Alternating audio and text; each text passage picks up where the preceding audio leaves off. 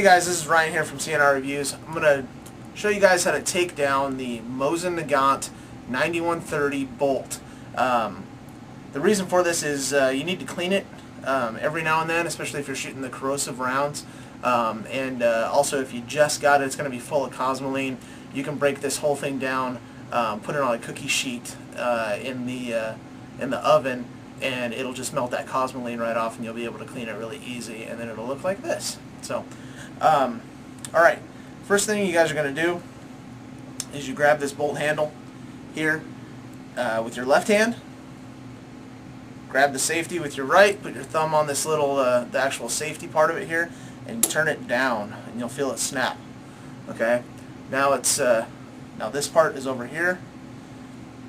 Next thing you do is you can take off this front part here, and the way you do that is basically you can twist it, you just turn it the opposite way of what it is, and then just pull it straight off. Next is your little guide here, and that just comes sliding off the firing pin as well. Alright, and the next thing is actually taking off the safety part. Now this is kind of a pain. You're going to want to place this firing pin on something where you can actually push down on it. And like here, I mean, it's putting holes through my shirt doing this. So we're going to push down here. I use my right hand. You can just actually spin this off then. And don't be fooled by that. The first time I did that, it was hard as hell because that cosmoline just sat in these threads up here, and it would not let this thing go. So I had to use my trusty little teardrop tool to loosen that up, the flathead part back here. So then you just take off the bolt handle, take off your spring, and you're good to go. Here's your firing pin, and that is it. That's all the parts to your Mosin Nagant bolt there. You can clean all these little nooks and crannies here. You can get in there with some Q-tips with some degreaser, works really well. Make sure you grease this up really well. Use a good quality oil, and then after you're done, if you really want it to glide in there, use like some Tetragun grease in there. And mine has just been fantastic. It really protects it against the sodium primers, like corroding it and stuff also. So now we're going to put it back together, and I'm going to show you guys how to adjust your firing pin so that your firing pin doesn't punch through your primer and you don't get all that nasty crap coming back at you. It's really dangerous if that happens. It can get in your eyes and a whole bunch of other stuff if you're not wearing shooting glasses. So alright, so first things first, take your spring, put it back on your firing pin. Alright, now you take your bolt handle and you insert the firing pin on the same side that your serial number is on right there. Okay? So you just pop that in there. It'll just spin around. Alright, next thing you do is you're going to want to put your safety back on. The way you do that, again, just depress. I'm actually going to move my hand there. You want to get it as close to flat as possible. Alright, that's pretty good. Now you want to try to line up these threads also. This thread here on the back of this is like a flathead. Okay? I'm going to let Chad zoom in on that. Keep going. And keep going there, Chad. Alright. Let's wait till that focuses there. Oh, there it goes. Alright, so you guys see that right there? That's the flathead, and these are these two scratches here that this is supposed to line up with. So what I'm going to actually do is I'm going to take my little tool here, and I'm going to adjust that so that it's flat.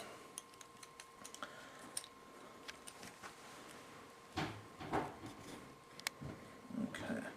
Well, it needs to go around one more time.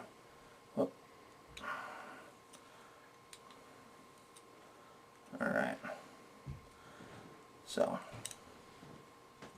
now that you guys see that there, it's nice and flat. It's flat up against the top or the back end of that safety there, and so it's not depressing at all. And that's the way you want it. You want it to look exactly like this here. This back safety part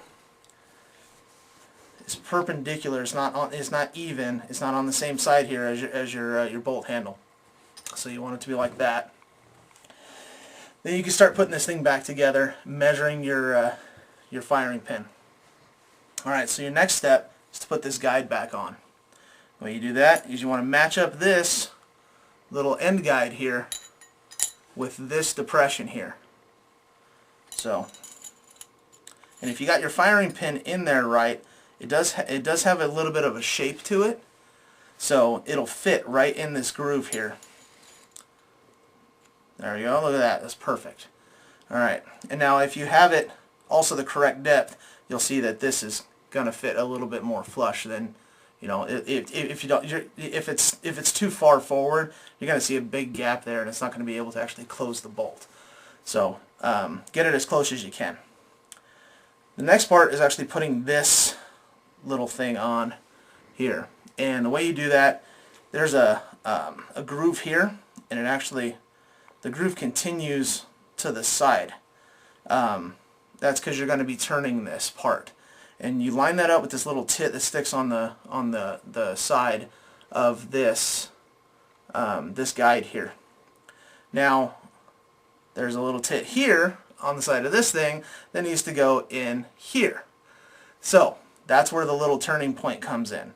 So you want to slide that on. You want to match up this groove right here to this. Once it gets to a certain point, you want to turn it, and that'll line up this little boob onto this groove, and then you can just slide it in. Then from here, take your thumb right here,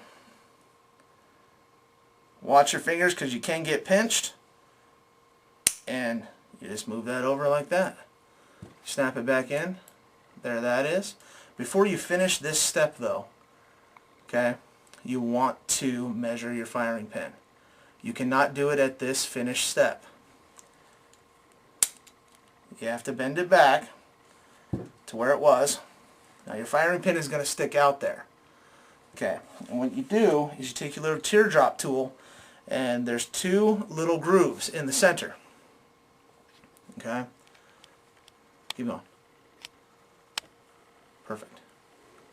Alright, so this furthest groove back here, or in the middle, this one right here, right in the center of my nail here, that one needs to be able to go over the firing pin, and the firing pin cannot touch the top of that here. This tool needs to be able to move freely along it like that. Okay, this one, it's just a slight bit shorter, and that's the amount of play you have. It's just a tiny amount. This one right here needs to be able to ride on top of the firing pin and not touch the metal around it. So the firing pin needs to actually touch the center of this one, and it'll kind of wobble on top of it. And I'll show you guys that right now. Okay, so here's the firing pin. Let's try the first one here. Okay, and you see you just kind of turn it.